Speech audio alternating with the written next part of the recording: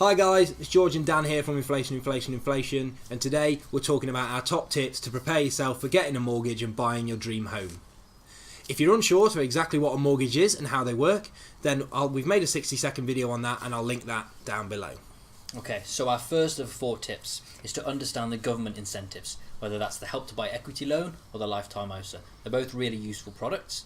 And we've created some videos that really get into the nitty-gritty of explaining how they work and whether they are suitable for you.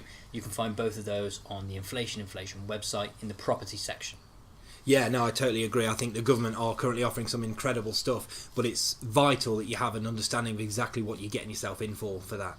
So that's sort of tip number 1, so tell us about tip number 2. Okay, so tip number 2 is what a well-known company have been saying a lot recently, to know your credit self. So understanding your credit score and what impacts your credit score is really important in trying to secure a mortgage. You need to know in the first place whether you've got the credit score that means the mortgage companies are going to look at you, or whether they're going to dismiss you offhand. Yeah, precisely. I think understanding where you're at today with your credit score, knowing how to change that and how to make it go up and down and so on, is vital when it's, especially for first-time buyers. When you go into a lender, they're going to want to know exactly your full credit history. Yeah. Okay, so those are my 2 tips. What are yours? What's your first tip? So I'm going to sort of resonate with the first-time buyer thing and say that these government schemes are fantastic, like you said in your first tip, but knowing that you're going to buy a house is vital. So it's a short process to actually get the mortgage and move your house. You're looking at less than sort of 12 months. But the pre-work you've got to do for that, and like improving your credit score and saving for a deposit, and that's the real work that you got to put in, and that can be like 2 to sort of 3-4 years of work.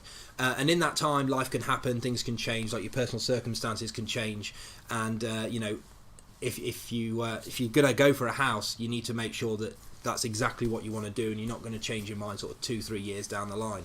Yeah, and that's very relevant to you at the moment, isn't it? I knew you. So tell us a bit more about it. I knew you were going to bring this up. Yeah, so recently I actually purchased the property, and then due to life happening, job circumstances changing, and so on and so forth, I actually had to pull out of that quite far down the line as well, and that ended up in me losing a little bit of money, but that's sort of what happens when you change your mind at the last minute.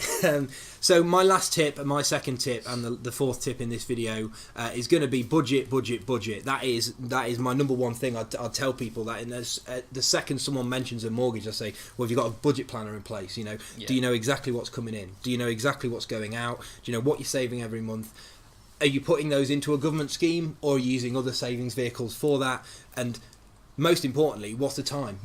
Have realistic expectations, know realistically around a price you're ready to pay for a house, know what deposit you've got, and then sort of from there, that's the first step you're going to need before you even start looking at mortgages. You're going to need to know a realistic property price, an area, and so on like that. And then from that, you can sort of say, oh well, if I'm putting this much away, it's going to be sort of this many months until I can give you a time frame to exactly when you can afford the house. Yeah, I know the first time I bought a house, one of the things that I didn't really, consider too much is, what is the average cost of gas? What's the average cost of electricity? Precisely, yeah. How can you find out how much council tax is going to be on the property that you're buying? And one thing as well, that's a real big one, is when you're looking to buy a house, what are the costs associated with buying a house as well? Because people say, this house is £170,000, but then you've got solicitors' fees, you've got all of that extra stuff on top that's going to be sort of 3,000-4,000 more, and sort of budgeting for that as well is great. And funnily enough, Dan, as if this is scripted, created a budget tracker. We've created a budget planner. Yeah. So it's on the Inflation website over in the property section. It's pretty handy, that, isn't it? It is very handy.